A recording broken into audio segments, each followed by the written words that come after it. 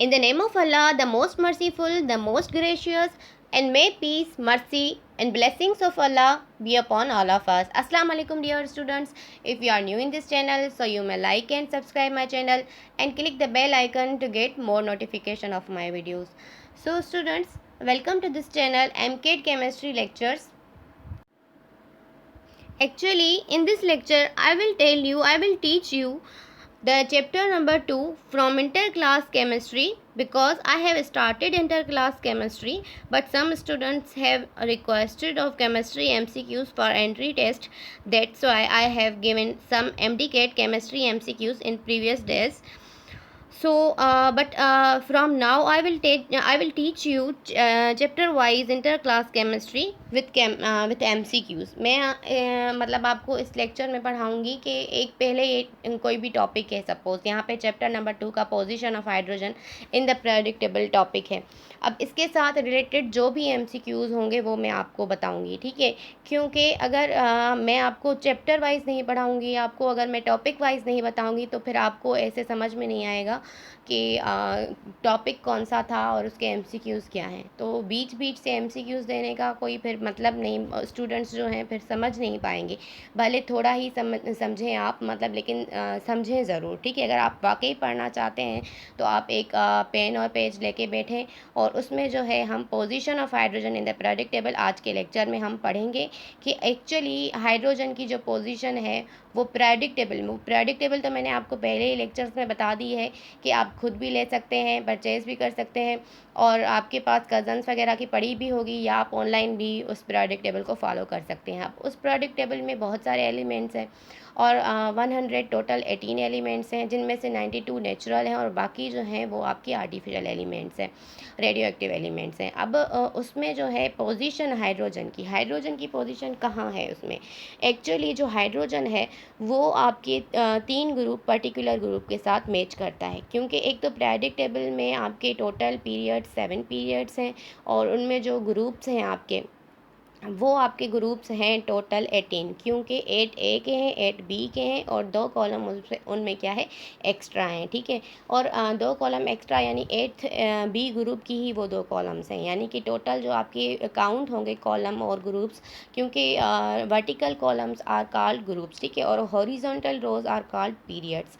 तो वहाँ पे जो आपकी कॉलम्स और ग्रुप्स काउंट हो रहे हैं तो टोटल 18 ग्रुप्स पीरियोडिक टेबल में। अब आते हैं कि हाइड्रोजन की पोजीशन जो है वो आपके 3 ग्रुप के साथ मैच कर रही है, यानी कि पहले ग्रुप के साथ, फर्स्ट ए के साथ, फोर्थ ए के साथ और 7th ए के साथ, ठीक है। अब क्यों उसके साथ, किस वजह के साथ उसके साथ मैच करेगी, उसमें भी जो हैं बहुत सारे रीज़न्स हैं, क्योंकि वो पर्टिकुलरली किसी एक ग्रुप के साथ मैच नहीं कर रही, ठीक है। क्योंकि अगर सारी ही प्रॉपर्टीज़ कुछ उसकी किसी एक ग्रुप के साथ मैच करेंगी तो फिर उसको फिर उसी के साथ रखा जाएगा। लेकिन यहाँ पे ये कहा जा रहा है कि, और ये कह रहे हैं कि हाइड्रोजन की जो पोजीशन है वो किसी भी एक ग्रुप के साथ मैच नहीं कर रही है, ठीक है।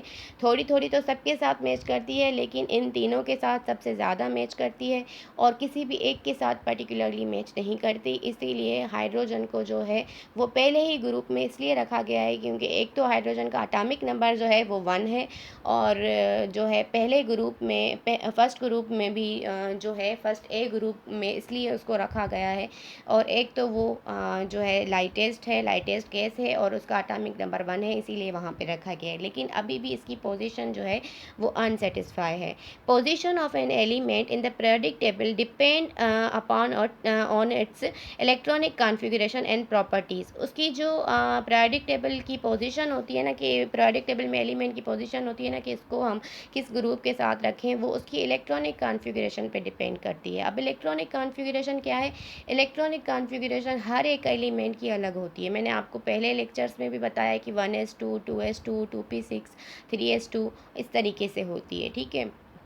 और मैंने आपको ये भी कहा था कि जो है फर्स्ट आपका चैप्टर जो मैंने यहाँ पे इंटर क्लास की केमिस्ट्री मैंने स्टार्ट की थी स्टार्टिंग में। और जैसे ही मैंने ये चैनल ओपन किया था तो मैंने फ़र्स्ट चैप्टर पहले इंपॉर्टेंस दी थी केमिस्ट्री की, उसके बाद मैंने इंटर क्लास की केमिस्ट्री जो है पहले बेसिक के कुछ क्वेश्चन बताए थे, इंटर क्लास की केमिस्ट्री स्टार्ट की थी। इंटर क्लास की केमिस्ट्री में फ़र्स्ट चैप्टर मैंने आपको बताया था सारा ही, और उसमें जो SPD का मैंने कहा था ना कि रिमेनिंग रहता है लास्ट में जो 4 आपका पार्ट था उसका फर्स्ट जो है चैप्टर उसका केमिस्ट्री का इंटर क्लास का, उसमें मैंने कहा था कि SPD का कुछ रहता है, लेकिन मैंने पहले ही उसको बहुत ज़्यादा मतलब डिफ़ाइन कर लिया था। तो अब इतना टाइम भी नहीं है कि हम उसको फर्दर दोबारा से SPDF को मतलब रिवाइज़ करें और उसको फर्दर पढ़ें और इस पर एक और मतलब वीडियो में बनाऊँ, तो इस वजह से मैंने उस पर नहीं बनाई। तो उस पार्ट 4 के बाद फिर जो है आपकी यही है, ठीक है, वीडियो। यानी कि बहुत से बच्चे कंफ्यूज हो जाते हैं कि टीचर ने कहा है कि अभी इस पे मैं और भी बनाऊंगी, तो वो वीडियो फिर वो ढूंढने लगते हैं, और ऐसे मोस्टली चैनल्स में मेरे साथ भी हो चुका है। तो इस वजह से मैं हर चीज़ क्लियर करना चाहती हूँ कि उसके बाद ये ही वीडियो है, ठीक है। क्योंकि सेकेंड चैप्टर जो है यहाँ पे मैंने स्टार्ट कर दिया है अब, क्योंकि जो है उस पर SPDF का सारा ही कॉन्सेप्ट जो था वो क्लियर हो गया था, ठीक है। अब यहाँ पे हाइड्रोजन की इलेक्ट्रॉनिक कॉन्फ़िगरेशन मैंने आपको बता दी थी पहले ही, 1s2 2s2 2p6 3s2 की ये इलेक्ट्रॉनिक कॉन्फ़िगरेशन होती है, ठीक है। सीरीज़ आप ऑनलाइन भी चेक कर सकते हैं, बुक्स में भी है। और हर एलिमेंट के एटॉमिक नंबर के हिसाब से हम उसमें मतलब वो जो है हर चीज़ उसका एटॉमिक नंबर के हिसाब से इलेक्ट्रॉनिक कॉन्फ़िगरेशन को फिल करते हैं। अब hydrogen resembles the group first है, फोर्थ है एंड सेवन्थ है। मैंने कहा था कि इन तीनों के साथ वो क्या करेगी, मैच करेगी। Properties of hydrogen do not fully match any one of the above mentioned groups, ठीक है। अब प्रॉपर्टीज पूरी तरीके से इन तीनों ही ग्रुप के साथ मैच नहीं करती। And position of hydrogen is still undecided, अभी तक उसकी पोजीशन अनडिसाइडेड है, ठीक है। और उसके बाद है कि resemblance of hydrogen with alkali metals group first है। अब फर्स्ट है के साथ वो क्यों मैच कर रही है, क्योंकि उसके साथ कुछ ऐसी ही प्रॉपर्टीज़ हैं, जैसे कि लाइक अल्कली मेटल्स जो हैं आपके, अल्कली मेटल्स हम फर्स्ट ए ग्रुप वालों को कहते हैं। और क्यों कहते हैं, क्योंकि ये बेस हैं, ठीक है। और ये अल्कली मीन्स जो है आपका बेस, ठीक है, यानी कि आपकी hydrogen has 1 electron in it's valency, ठीक है। और हाइड्रोजन के उसके शेल में जो है उसका एटॉमिक नंबर भी 1 है, तो उसका इलेक्ट्रॉन भी उसके पास एक ही है, उसके पास प्रोटॉन भी एक है, लेकिन इसके पास न्यूट्रॉन नहीं है, ठीक है। तो अब हम आते हैं कि इसकी एक्सप्लेनेशन में कि इसके पास एक ही इलेक्ट्रॉन है, एक ही एटॉमिक नंबर है, इसीलिए पहले ग्रुप में रखा गया है। और Z जो है वो एटॉमिक नंबर को शो कर रही है, ठीक है। और पोटाशियम का भी जो आपका है वो क्या होगा, फर्स्ट ए है, यानी पोटाशियम जो है वो भी फर्स्ट ए ग्रुप में ही रखी गई है, ठीक है। अब हम आते हैं कि सोडियम नेट्रियम, ठीक है, यानी एक तो सोडियम का जो लैटिन नेम है वो नेट्रियम है, ठीक है। और पोटाशियम का जो आपका लैटिन नेम है, इस तरीके से लैटिन नेम्स होते हैं। 11 ऐसे एलिमेंट्स हैं पीरियोडिक टेबल में जिनके जो हैं आपके क्या है, लैटिन नेम है, ठीक है। और इस तरीके से जो है सोडियम का जो लैटिन नेम है वो नेट्रियम है, ठीक है। और Na और उसका एटॉमिक नंबर जो है आपका क्या है, 11 है। सोडियम का नेट्रियम का 11 एटॉमिक नंबर है।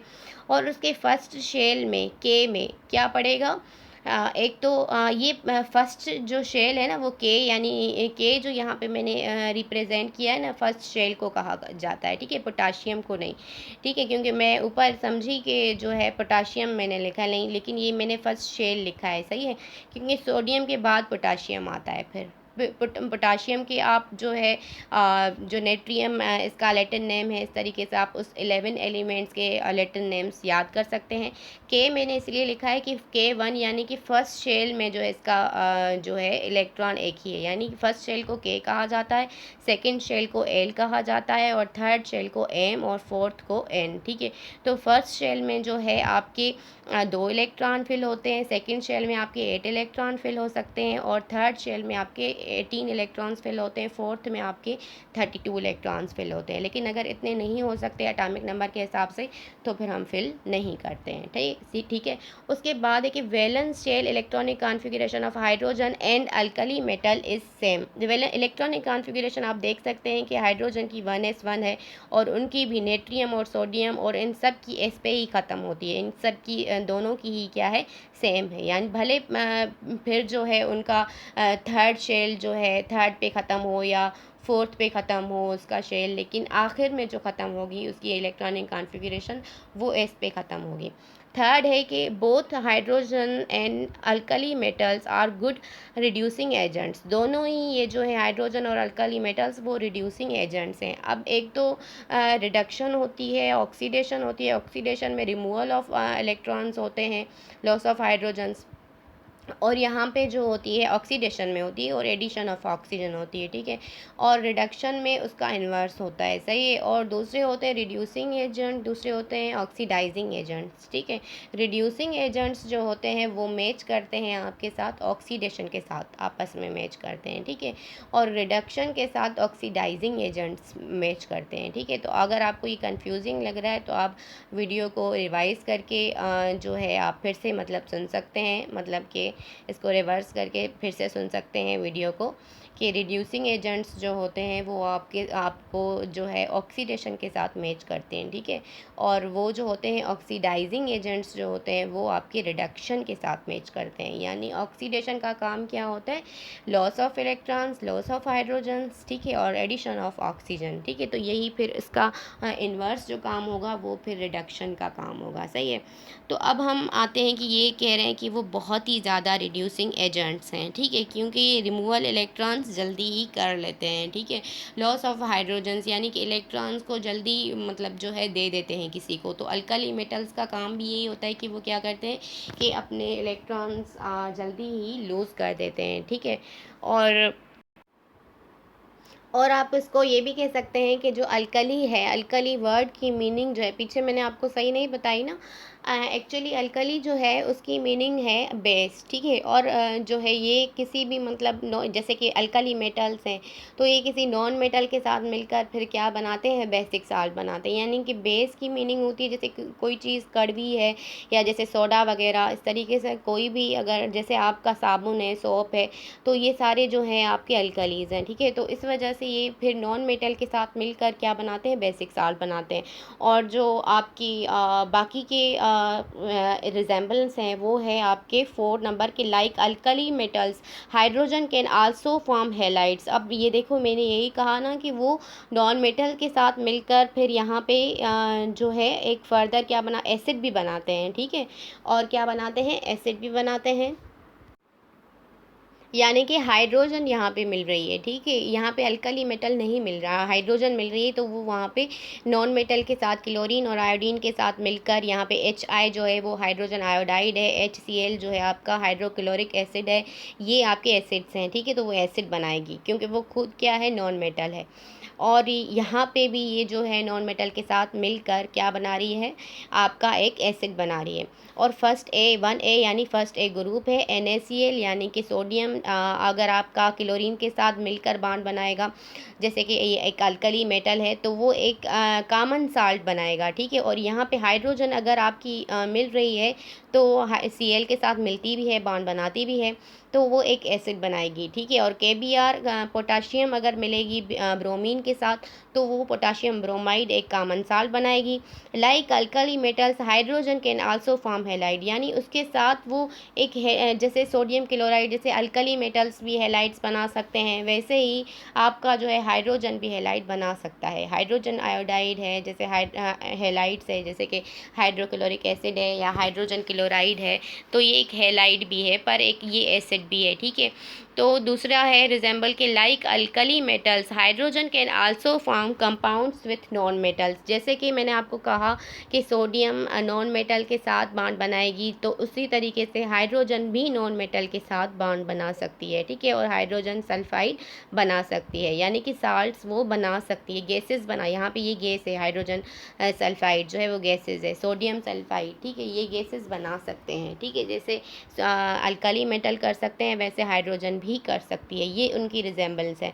लेकिन अगर हम इनके डिफरेंसेस में आते हैं कि hydrogen is a non metal whereas elements of first A group arts metals, so first A वाले मेटल्स हैं पर हाइड्रोजन नॉन मेटल है, ये डिफरेंस है इन दोनों में। Hydrogen can form both covalent and ionic compound, hydrogen दोनों ही bond बना सकती है, कोवलेंट और आयोनिक। लेकिन अल्कली मेटल जो है वो आपका जस्ट आयोनिक कंपाउंड बनाएगा बॉन्ड, ठीक है। क्योंकि अब ये एक अलग टॉपिक है कोवलेंट और आयोनिक। कोवलेंट में शेयरिंग होती है, आयोनिक बॉन्ड में क्या होती है, वन साइडेड शेयरिंग होती है। तो ये आप बेसिक पढ़ के आए हैं पहले ही। Hydrogen can not lose its valence electron, hydrogen जो है वो एक तो देती भी है और लेती भी है, दोनों ही काम करती है। अगर किसी ऐसे एलिमेंट के साथ रिएक्ट करेगी जो ज़्यादा मोर इलेक्ट्रोनेगेटिव है, तो वो उसके साथ बॉन्ड बनाने के बाद वो उसके से जो है इलेक्ट्रॉन को छीन के लेके जाएगा, उसको ये हाइड्रोजन दे देगी। लेकिन अगर वो किसी ऐसे एलिमेंट के साथ मतलब बॉन्ड बना रही है जो ज़्यादा मोर इलेक्ट्रोनेगेटिव नहीं है, तो उसको फिर उससे फिर हाइड्रोजन इलेक्ट्रॉन्स ले लेती है, ठीक है। जैसे कि हाइड्रोजन लिथियम के साथ बॉन्ड बनाएगी तो लिथियम उसको इलेक्ट्रॉन दे देगा और हाइड्रोजन उससे ले लेगी, ठीक है। तो दोनों ही काम करती है hydrogen. Hydrogen is a gas at room temperature but alkali metals are solids, alkali हमेशा ही मेटल्स जो है वो सॉलिड फॉर्म में रहते हैं, पर जो ये हाइड्रोजन है वो एट रूम टेम्परेचर पे गैस में ही मतलब रहती है, ठीक है। अब उसके बाद है आपका कि 5 number, hydrogen is ionization potential, IP यानी आयोनाइजेशन पोटेंशियल। आयोनाइजेशन पोटेंशियल यानी removal of electron from a gases atom, उसकी पावर कि एक इलेक्ट्रॉन को हम गैसेस एटम से रिमूव करवा रहे हैं, उनकी पावर क्या है, ठीक है। तो हाइड्रोजन इज़ वेरी हाई, उसकी वो पावर फिर हाइड्रोजन की बहुत ज़्यादा होती है। यानी आयोनाइजेशन पोटेंशियल यानी एक एनर्जी का फॉर्म है, वो एनर्जी हाइड्रोजन की ज़्यादा होती है as compare to the alkali metal, ठीक है। अल्कली मेटल से वो ज़्यादा होती है। और दूसरी एक्सप्लेनेशन है कि आईपी ऑफ हाइड्रोजन जो है वो 313 किलो कैलोरीज पर मोल है, पर ionization potential of IP alkali metals की मैक्सिमम ज़्यादा से ज़्यादा 147, क्योंकि ये एक तो आईपी जो है वो लेफ़्ट टू राइट इंक्रीज़ होती है और टॉप टू बॉटम जो है आपकी डिक्रीज़ होती है। और इलेक्ट्रोनेगेटिविटी भी ऐसी होती है कि आपका एक तो इलेक्ट्रोनेगेटिविटी की डेफिनेशन होगी कि tendency of an element to attract the share pair of electron, यानी एक एलिमेंट के पास जो है उतनी पावर कि उसके साथ वो जो है इलेक्ट्रॉन दूसरे एलिमेंट से इलेक्ट्रॉन को मतलब कैच कर सके और उनसे मतलब जो है इलेक्ट्रॉन छीन सके, ठीक है। तो ये है electronegativity. Electronegativity left to right increase होती है। और दूसरी है इलेक्ट्रॉन अफिनिटी, वो भी क्या होती है, वो एडिशन होता है कि एक इलेक्ट्रॉन को हम क्या करा रहे हैं, ऐड करवा रहे हैं। जैसे आयोनाइजेशन पोटेंशियल में हम रिमूव करवा रहे हैं, तो इलेक्ट्रॉन अफिनिटी में एडिशन ऑफ एन इलेक्ट्रॉन, ठीक है, वो होता है। तो उसमें जो है वो पावर भी लेफ्ट टू राइट इंक्रीज़ होती है और top to bottom decrease. Unlike sodium और पोटाशियम हाइड्रोजन आयन, हाइड्रोजन यानी कि potassium hydrogen ion is unstable in water, यानी ये बता रहा है कि जैसे कि सोडियम और पोटाशियम हाइड्रोजन में स्टेबल होते हैं ना, हल हो जाते हैं, वैसे ही हाइड्रोजन फिर अनस्टेबल रहता है, वो हल नहीं हो पाता, ठीक है। दूसरा है कि दूसरे ग्रुप के साथ यानी फोर्थ ए के साथ वो क्यों रिजेंबल कर रही है। एक so valence shell of hydrogen is half filled like the elements of fourth A group, यानी कि फोर्थ ए ग्रुप में कार्बन है, कार्बन का अटामिक नंबर क्या है, कार्बन का अटामिक नंबर जो है वो 6 है। पहले शेल में कार्बन के में 2 पढ़ेंगे, दूसरे शेल में आपके 4 पढ़ेंगे। तो दूसरे शेल में तो 8 पढ़ने चाहिए, लेकिन 8 के हाफ है, 4 पढ़ रहे हैं, ठीक है। तो कार्बन भी हाफ फिल्ड है। इसी तरीके से हाइड्रोजन के पहले शेल में 2 पढ़ने चाहिए, उसके पास एक एटॉमिक नंबर है, लेकिन वो भी हाफ फिल्ड है, ठीक है, उसके पास एक ही इलेक्ट्रॉन है। तो इस तरीके से ये हाफ फिल्ड की वजह से भी फोर्थ ए ग्रुप के साथ मैच करता है। Ionization potential and electron affinity of hydrogen and carbon are comparable, ठीक है। अब दोनों की आपकी जो है एक जैसे होती हैं आयोनाइजेशन पोटेंशियल और इलेक्ट्रॉन अफिनिटी, एक तो कार्बन की और हाइड्रोजन की मोस्टली सेम होती है, थोड़ी बस चेंज होती है, इस वजह से भी उससे रिजेंबल करता है। और electronegativity of hydrogen and carbon family are almost similar, ठीक है, वो भी क्या होती है, उनकी सिमिलर ही होती है, इस वजह से भी उसके साथ मैच करता है। अब आते हैं डिफरेंसेस पे कि कार्बन इज टेट्रावेलेंट क्योंकि वो 4 बॉन्ड बनाता है, उसको 4 इलेक्ट्रॉन की नीड होती है। But hydrogen is a monovalent, उसको एक ही इलेक्ट्रॉन की नीड होती है, वो इसीलिए मोनोवेलेंट है, एक ही बॉन्ड बनाता है या देता है। मतलब इलेक्ट्रॉन देगा या लेगा फिर बॉन्ड बनाएगा। Hydrogen is the gas at room temperature but elements of fourth A group are solids at room temperature, ठीक है। और boiling and melting point of hydrogen, अब आपको पता होगा कि बॉइलिंग पॉइंट और मेल्टिंग पॉइंट क्या है, ठीक है। अब इसको मैं फर्दर नहीं एक्सप्लेन कर रही, ये बिल्कुल बेसिक चीज़ें हैं। और boiling and melting point of hydrogen is less than that of elements of fourth A group, ठीक है। अब हाइड्रोजन की बॉइलिंग और जो मेल्टिंग पॉइंट होती है ना, वो क्या होती है, उसके फोर्थ ए ग्रुप से क्या होती है, less than that of elements fourth A group से क्या होती है, डिफरेंट होती है। ये भी फिर उसके डिफरेंस में काउंट होगा, ठीक है, कि उनमें मेल्टिंग और बॉइलिंग पॉइंट जो है वो डिफरेंट होती है, क्योंकि एक तो मेल्टिंग और बॉइलिंग पॉइंट अट्रैक्शन के साथ बहुत ज़्यादा मतलब रिजेंबल करती है, तो यहाँ पे तो ऐसा कोई कॉन्सेप्ट नहीं है। उसके बाद है कि resemblance of hydrogen with halogens, यानी सेवन्थ है ग्रुप के साथ वो कितना मैच कर रही हैं, ठीक है।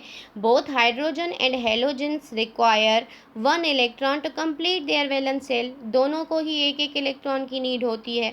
एक तो हाइड्रोजन को होती है, मैंने बताया आपको, और क्लोरीन को इसलिए होती है क्योंकि क्लोरीन का देखें आप एटॉमिक नंबर 17 है, पहले में 2 इलेक्ट्रॉन, दूसरे में 8 इलेक्ट्रॉन, ये हो गए 10 इलेक्ट्रॉन। थर्ड शेल में उसके 7 इलेक्ट्रॉन आएंगे, लेकिन थर्ड शेल में 18 इलेक्ट्रॉन आने चाहिए, लेकिन एटॉमिक नंबर नहीं है इतना, तो वो क्या करेगा, अपना 8 ज़रूर पूरा करेगा, यानी 8वां अपना ऑक्टेट ज़रूर पूरा करेगा। और ऑक्टेट पूरा करना होता है, अगर आपके 18 इलेक्ट्रॉन नहीं पढ़ सकते देन ऑक्टेट उसको ज़रूर भी पूरा करना है, ठीक है। तो इस वजह से जो है वो क्या करेगा, उसको एक ही इलेक्ट्रॉन की नीड होगी और वो किसी से इलेक्ट्रॉन छीन लेगा। एक तो वो मोर इलेक्ट्रोनेगेटिव है क्लोरीन, ठीक है, और क्लोरीन से भी ज़्यादा मोर इलेक्ट्रोनेगेटिव फ्लोरीन होती है। तो यहाँ पे जो है both hydrogen and halogens are non metals, दोनों ही क्या हैं, नॉन मेटल्स हैं। तो इस वजह से भी वो सेम है, इस वजह से भी रिजेंबलेंस करते हैं, except iodine which has partial metallic character, लेकिन आयोडीन इनके साथ मैच फिर क्या है, नहीं कर रही है, क्योंकि आयोडीन वैसे भी जो है इन तीनों ही एलिमेंट्स के साथ नहीं करती है, क्लोरीन, फ्लोरीन, ब्रोमीन। वैसे भी आयोडीन एक तो वो क्या है, सॉलिड है रूम टेम्परेचर पर, और दूसरा वो लार्ज है, उसकी साइज़ भी लार्ज है। फ्लोरीन, क्लोरीन, ब्रोमीन तीनों ही इनके साथ वैसे भी मैच नहीं करते, तो आयोडीन आता तो है हेलोजन में पर इतना ज़्यादा नहीं।